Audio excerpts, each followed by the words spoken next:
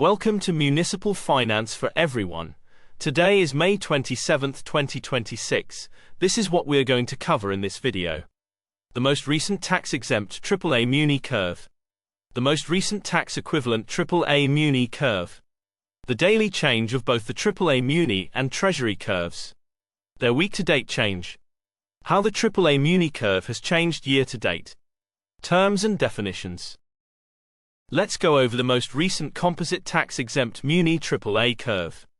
The following composite tax-exempt yield curve is based off the most recent TradeWeb, Bloomberg yield curves that are available on the MSRB website, plus some proprietary extra adjustments, as of May 26, 2026.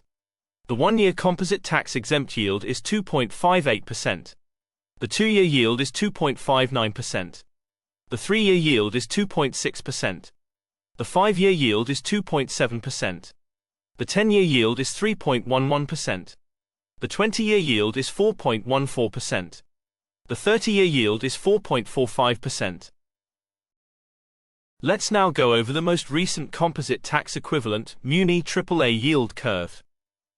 The following graph shows, in red the tax-exempt after-tax Muni yield curve, versus in blue its tax-equivalent pre-tax version assuming a 40.8% top tax bracket, as of May 26, 2026.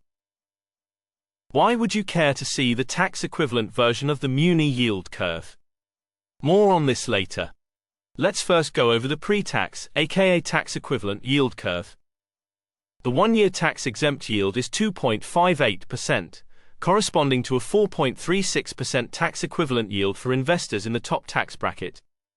The two-year tax-equivalent yield is 4.37%. The 5-year tax-equivalent yield is 4.56%. The 10-year tax-equivalent yield is 5.26%. The 20-year tax-equivalent yield is 7.0%. The 30-year tax-equivalent yield is 7.52%. Let's now go over the tax-equivalent Muni AAA yield curve versus the US Treasury Curve.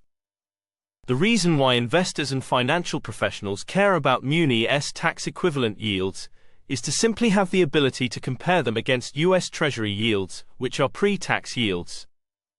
Observing the current graph, we can see that currently all the Muni tax-equivalent yields, based off a 40.8% tax rate, are above Treasury yields. When this scenario happens, it may be less convenient for investors to buy US Treasury bonds. For example, if you wanted to buy a 30-year bond, a AAA Muni bond would yield 7.5% compared to a lower yield of 5.0% from a Treasury bond. What if your tax rate, instead of being 40.8%, is for example 27.8%? You may wonder if Muni yields are higher or lower than Treasury yields if you are in a lower tax bracket. As of 2025, single filer earning between $103,000 and $197,000 would fall in this tax bracket. More on tax brackets later. Observing the current graph, we can see there are still some parts of the tax-equivalent Muni curve, displayed in red, currently trading above the Treasury curve, displayed in blue. Back to the tax-exempt version of the Muni curve. Municipal traders and portfolio managers often compare how cheap or rich municipal bonds are versus treasuries by looking at the ratio curve. For each maturity of the curve, we simply compute the ratio between tax-exempt Muni yields and Treasury yields. In general, the closer to 100% a ratio is, the cheaper Muni bonds are. More on ratios at the end of the video. The current one-year ratio is 67%. The 2 years ratio is 62%. The 5 years ratio is 63%. The 10 years ratio is 68%. The 20 years ratio is 81%. The 30 years ratio is 88%. Let's now go over how the Muni AAA tax-exempt curve has changed since the prior business date. The graph displayed on the top-hand side shows the most recent curve versus the prior day curve. The bar plot on the bottom-hand side shows instead the difference between the two curves in basis points. The 1-year tenor changed -6 basis points. The 2-year tenor changed -6 basis points. The 5-year tenor changed -5 basis points. The 10-year tenor changed -5 basis points. The 20-year tenor changed -5 basis points. The 30-year tenor changed -5 basis points. Munis and Treasuries daily change. This graph shows how both Munis and Treasury yield curves have changed versus the prior business date. They usually tend to move in the same direction, even though it's not uncommon to see days during which they move in the opposite directions. In general, daily changes between -2 and +2 basis points are quite common. Daily yield changes greater than 5 basis points indicate days with a high level of volatility. Compared to the prior day, Treasury bonds rallied across the curve. As a reminder, when people say that rates rallied, it means Treasury bond prices moved higher. This graph is similar to the previous one, but instead of showing how interest rates have moved versus the prior day, they show how much they have changed since the end of the previous week. The current bar plot shows how Munis and Treasuries have changed since last Friday. This graph shows how much interest rates they have changed since the end of the previous month. The current bar plot shows how Munis and Treasuries have changed since the end of April. Let's now go over how the Muni AAA tax-exempt curve has changed year to date. The graph displayed shows on the top-hand side the most recent AAA Muni curve versus the curve at the end of last year. The bar plot on the bottom-hand side shows instead the difference between the two curves, meaning how much each tenor of the Muni curve has changed in basis points. The 1-year tenor changed 12 basis points. The 2-year tenor changed 16 basis points. The 5-year tenor changed 31 basis points. The 10-year tenor changed 37 basis points. The 20-year tenor changed 17 basis points. The 30-year tenor changed 22 basis points. This graph is similar to the previous one, but instead of showing how interest rates have moved versus the prior day, they show how much they have changed since the end of the previous week. The current bar plot shows how Muni and Treasuries have changed year to date.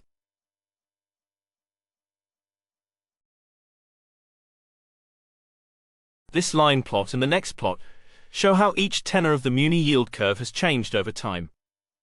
From the 31st of August 2023 to the 22nd of May 2026, the 1-year yield has dropped from 3.24 to 2.59. The 5-year yield has dropped from 2.85 to 2.7. The 10-year yield has increased from 2.84 to 3.12. The 30-year yield has increased from 3.85 to 4.48. Terms and definitions. What do we mean with composite? Every day, thousands of Muni bonds are traded, as you can freely see on the EMA website. Different data providers like ICE, Tradeweb, Bloomberg, to name a few, provide their model-implied Muni AAA yield curve. Given that it's very difficult to tell which curve is more accurate on any given date, we compute for every tenor the average off the yield curves available to us, plus some extra adjustments. Currently, we manually capture yield curves and bonds yields available from the EMA MSRB portal. What do we mean with tax-exempt yield? Yield is one way to measure how much return you earn each year when you invest in a bond. Meaning, yield is usually an annualized measure. For example, if you invest $1,000 in a bond with a 5% yield, and it matures in 1 year, you'll get $50 in interest plus your $1,000 back 1 year from now. But most bonds are taxable, meaning you must pay your ordinary income tax on that $50. If you're in the highest tax bracket, currently 40.8%, your after-tax interest actually received would be $50 times 1 minus 40.8%, and that's equal to $29.60. This means your true after-tax yield is 2.96%, not 5%. On the other hand, most, but not all, municipal bonds, aka Munis, are usually tax-exempt at the federal level. That means the full 5% yield from a Muni bond stays in your pocket, no federal tax is taken out. This is very important to keep in mind when comparing municipal bonds, that offer a tax-exempt yield versus the yield of taxable securities, like US Treasuries and corporate bonds. What do we mean with tax-equivalent yield? From the previous slide, we know most but not all muni bonds offer tax-exempt yields. However, in order to fairly compare a muni bond to a taxable bond like a US Treasury, we need to ask, what taxable yield X would give me the same after-tax yield as the one given by my tax-exempt muni bond? This X is what is usually called tax-equivalent yield, TEY, and it shows what a taxable bond would need to yield to match the muni's tax-free return. The formula to compute the tax-equivalent yield is given by muni, tax-exempt yield divided by 1 minus tax rate. For example, if a muni bond yields 3%, and you're in the 40.8% tax bracket, the tax-equivalent yield would be 3% divided by 1 minus 40.8%, and that's equal to 5.07%. So a taxable bond like a US Treasury would need to yield at least 5.07% to match the yield of a tax-exempt muni bond, currently yielding 3%. What do we mean with basis points?